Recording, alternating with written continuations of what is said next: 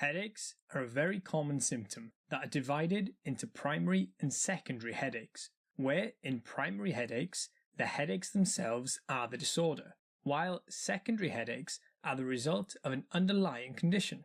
Around 98% of headaches are primary headaches, and the most common types are tension-type headaches, affecting around 60 to 80% of the population, migraines, which affect around 15%, and cluster headaches, which affect around 0.1% of the population. Secondary headaches can come from conditions such as space-occupying lesions, most commonly intracranial tumours. They may also come from infections such as meningitis or encephalitis, as well as subarachnoid hemorrhage, cerebral venous sinus thrombosis, giant cell arteritis, and intracranial hypertension. Medication overuse headache is another type of secondary headache that often coexists with primary headaches. As we said, tension-type headaches are the most common headaches. These are often described as feeling like a band of pressure around the head, and can be felt diffusely across the head, although in most instances is felt bilaterally. The pain is an aching, dull pain, and there may be some associated tenderness of the scalp, neck, and shoulders. Risk factors can include anxiety and stress states, poor sleep, and tension-type headaches are more common in teenagers and young adults.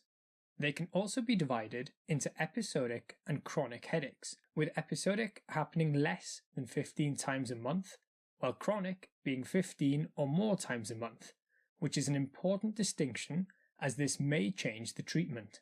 Episodic tension headaches are often treated with hydration, exercise, and over-the-counter pain relief like paracetamol or non-steroidal anti-inflammatories, while chronic tension headaches may require prescribed medication, including antidepressants like amitriptyline, which is a tricyclic antidepressant, or selective serotonin reuptake inhibitors like fluoxetine. Benzodiazepines can also be used. Overall, the tricyclic antidepressants have been found to be the most effective. Next, we have migraines, which is the second most common type of headache. These are described as being moderate to severe in intensity, with a recurrent throbbing or pulsating nature.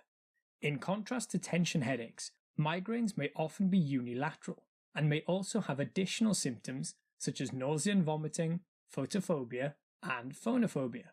Around 1 in 3 sufferers also have an aura, which is a progressive focal neurological symptom. For example, the most common is a visual aura that may be the presence of zigzag lines across the visual field, called a scotoma. Others include physical sensation auras, such as numbness or tingling, as well as even muscle weakness.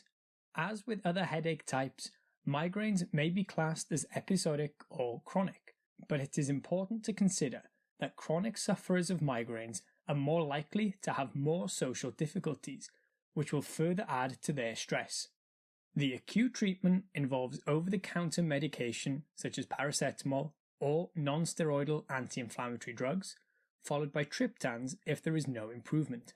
Prevention is also important, and beta blockers such as propranolol or tricyclic antidepressants like amitriptyline may be used as first line, followed by anticonvulsants like valproate or gabapentin if a second line is needed.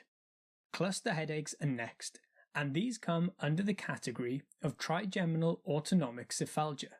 These headaches are named suicidal headaches and are known for the excruciating pain associated with them. They are unilateral headaches, often around the eye or temple region, that are characterized by a short duration of below 4 hours.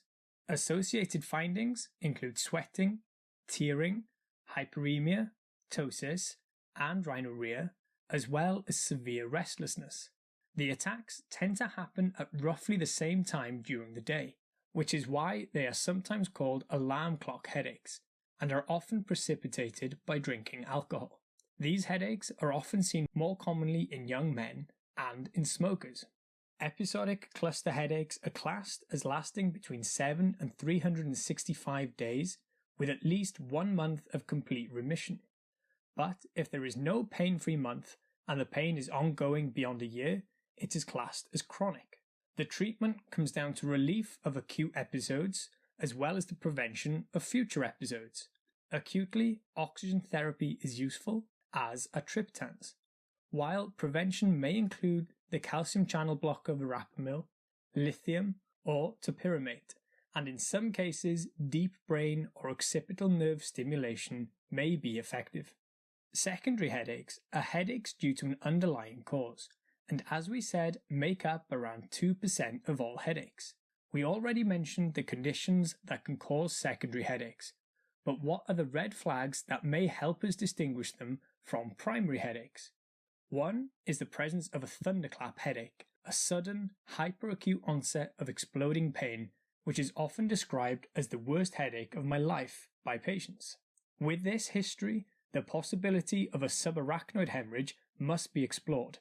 Other causes of a thunderclap headache include pituitary apoplexy, intracranial hypotension, and arterial dissection. A new onset headache in patients under 10 or over 50 years of age should also be investigated, and especially in older patients looking for giant cell arteritis, which can cause blindness if left untreated. Others include persistent morning headaches with nausea, which may indicate intracranial hypertension, new onset of headaches in patients with history of cancer, which may indicate a metastasis, or even thrombosis. Patients who are immunocompromised with a new headache should also be investigated to rule out a potentially infective cause.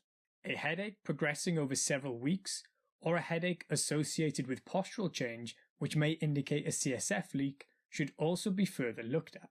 Aura symptoms may be a red flag if they last longer than 1 hour, include motor weakness, are occurring while the patient is taking the oral contraceptive pill, or if the aura is different from previously experienced auras. We also mentioned medication overuse headaches, which are a form of secondary headache and is defined by the following criteria. There must be headaches on 15 or more days per month and a pre-existing headache disorder. There must also be overuse of acute headache drugs for over 3 months, which is defined as 10 days a month for triptans or ergotamines, or 15 days a month for paracetamol or non-steroidal anti-inflammatories. There must also be no better explanation in the International Classification of Headache Disorders. Overall, the treatment is varied. Some patients will be able to stop their medications immediately, while some may stop gradually, while others may need admission as they withdraw medication. But overall, there is no fixed withdrawal regime.